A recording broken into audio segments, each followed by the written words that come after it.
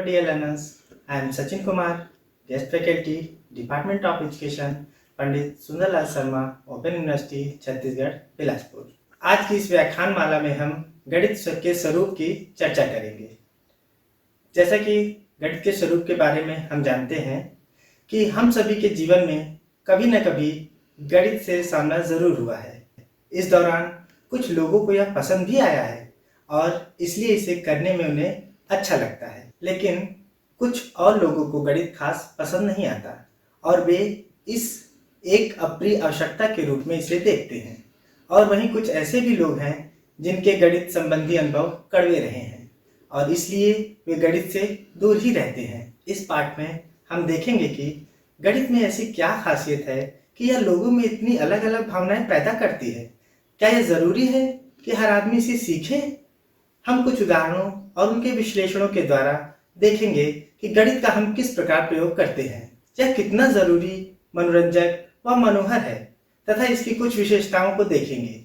इन्हीं विशेषताओं के कारण गणित जीवन के क्षेत्रों में लगातार और ज्यादा महत्वपूर्ण होता जा रहा है। वह हमारे सोचने के तरीके को प्रभावित करता है। अब हम प्रकाश डालेंगे कि गणितीय विचार किस तरह विकसित होते हैं। गणितीय अवधारणाओं के स्वरूप के तीन पहलू होते हैं: मूर्त से अमूर्त की ओर, विशिष्ट से व्यापक की ओर तथा सोपानक्रमिक संरचना। ये तीनों किसी भी क्षेत्र में ज्ञान की खोज में देखे जा सकते हैं। सबसे पहले हम चर्चा करेंगे मूर्त से अमूर्त तक।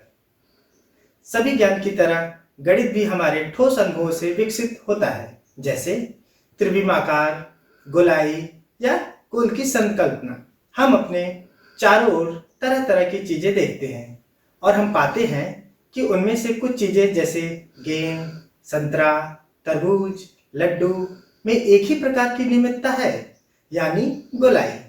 और इस प्रकार हमारे दिमाग में गोलाई की अवधारणा धीरे धीरे विकसित होती है।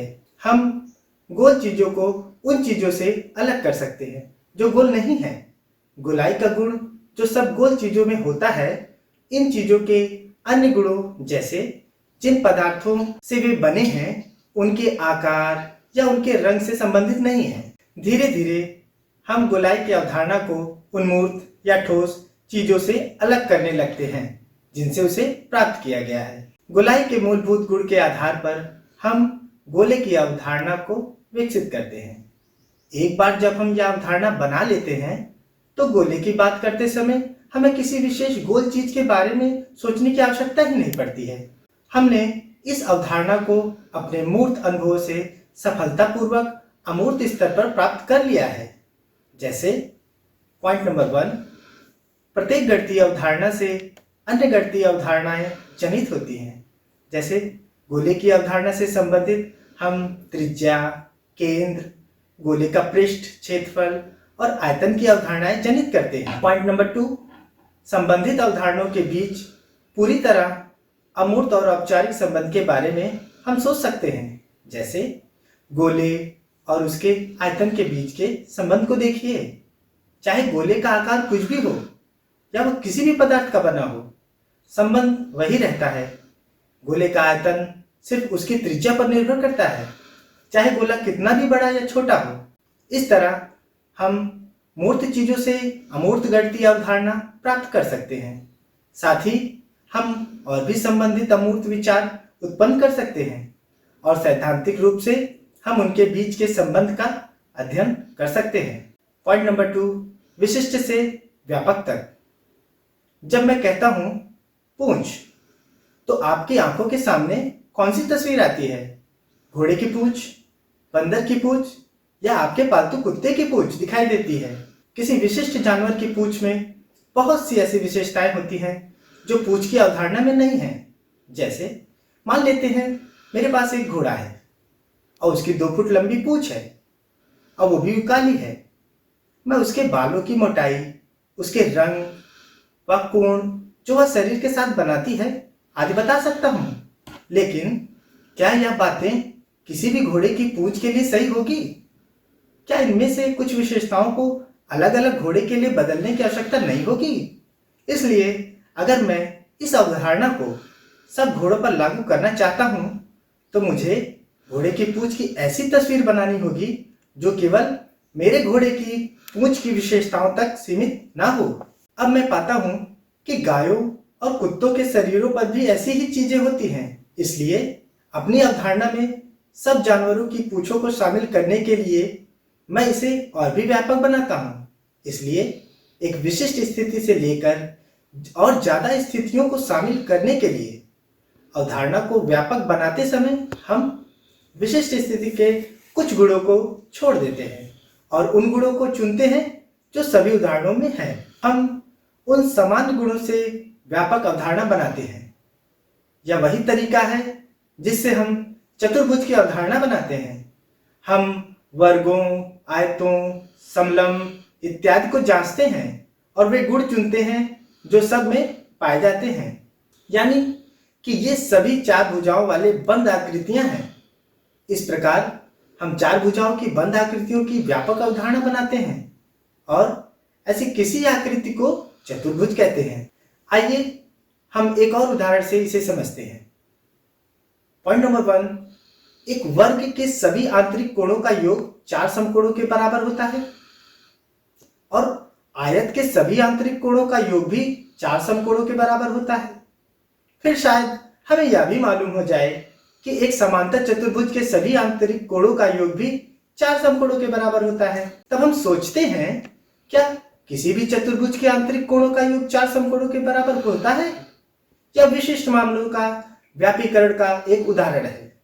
आइए अब हम इस उदाहरण को सिद्ध करते हैं। चतुर्भुज के आंतरिक कोणों का योग चार समकोणों के योग के बराबर होता है। इस तरह हमारा व्यापक प्रश्न सिद्ध होता है।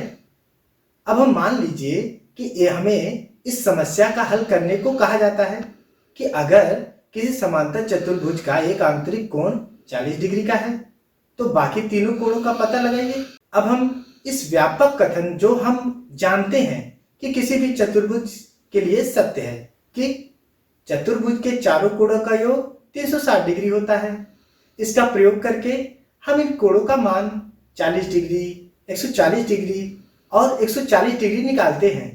इस तरह से हम व्यापक बात को विशिष्ट स्थिति पर लागू करते हैं। इस प्रक्रिया को हम विशिष्टीकरण कहते हैं। आप व्यापीकरण और विशिष्टीकरण की इस पूरी प्रक्रिया को त्रिभुजों पर भी लागू कर सकते हैं। ऐसे उदाहरणों की मदद से आप बच्चों को व्यापीकरण और विशिष्टीकरण की प्रक्रियाएं समझने में मदद कर सकते हैं। इस तरह बच्चों को एहसास होगा कि गणित को समझते हुए या उसकी रचना करते हुए हम लगातार विशिष्ट से व्यापक की ओर और व्यापक से विशिष्ट की ओर जाने की प्रक्रिया इस्तेमाल करते हैं। सोपानक्रमिक संरचनाएं, जैसे जैसे मूर्त वस्तुओं और पदार्थों से प्राप्त अमूर्त विचार व्यापक होते जाते हैं, वैसे वैसे उनमें शामिल अवधारणाओं का भी विस्तार होता जाता है। अगर हम व्यापकता की प्रक्रिया के हर चरण को लिखते जाएं तो हमें विचारों की एक लंबी श्रृंखला मिलेगी, जिससे हम अवधारणा उससे अगली अवधारणा में शामिल होती जाएगी। जैसे अगर हम संख्या पद्धति का उदाहरण लें तो हम यह देखेंगे कि मूर्त वस्तुओं को गिनने में हमें प्राकृतिक संख्याओं का समुच्चय प्राप्त होता है, जैसे 1, 2, 3 और 4। इसी प्रकार अगर इस समुच्चय में हम शून्य को शामिल करें तो हमें पूर्ण संख्याओं का समुच्चय प्राप्त होगा, जैसे 0, 1, 2, 3 और 4। पॉइंट नंबर 3, इस समुच्चय में ऋणात्मक संख्याओं को शामिल करके और बढ़ाया जा सकता है और तब हमें -3, -2, -1, 0, 1, 2 और 3 पूर्णांकों का समुच्चय प्राप्त होता है।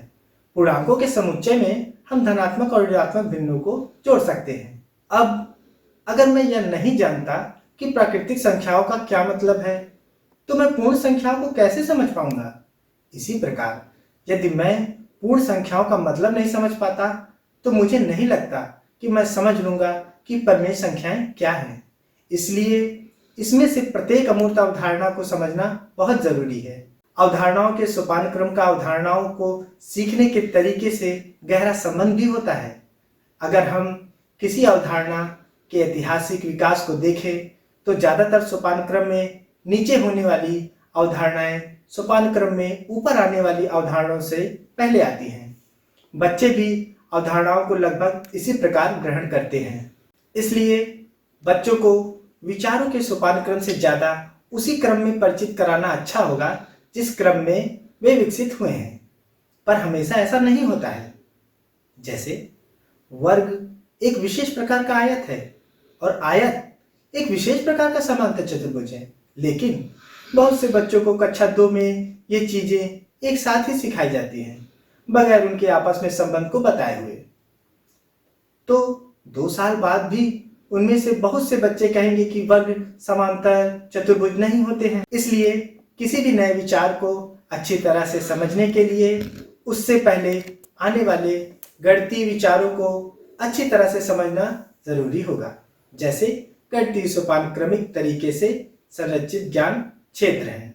इस प्रकार आज की इस व्याख्यानमाला में हमने गणित के स्वरूप की चर्चा की और गणितीय विचार किस तरह से विकसित होते हैं इसके अंतर्गत हमने जाना कि मूर्त से अमूर्त की ओर, विशिष्ट से व्यापक की ओर तथा सोपान क्रमिक संरचनाओं के बारे में हमने जानकारी प्राप्त की। धन्यवाद।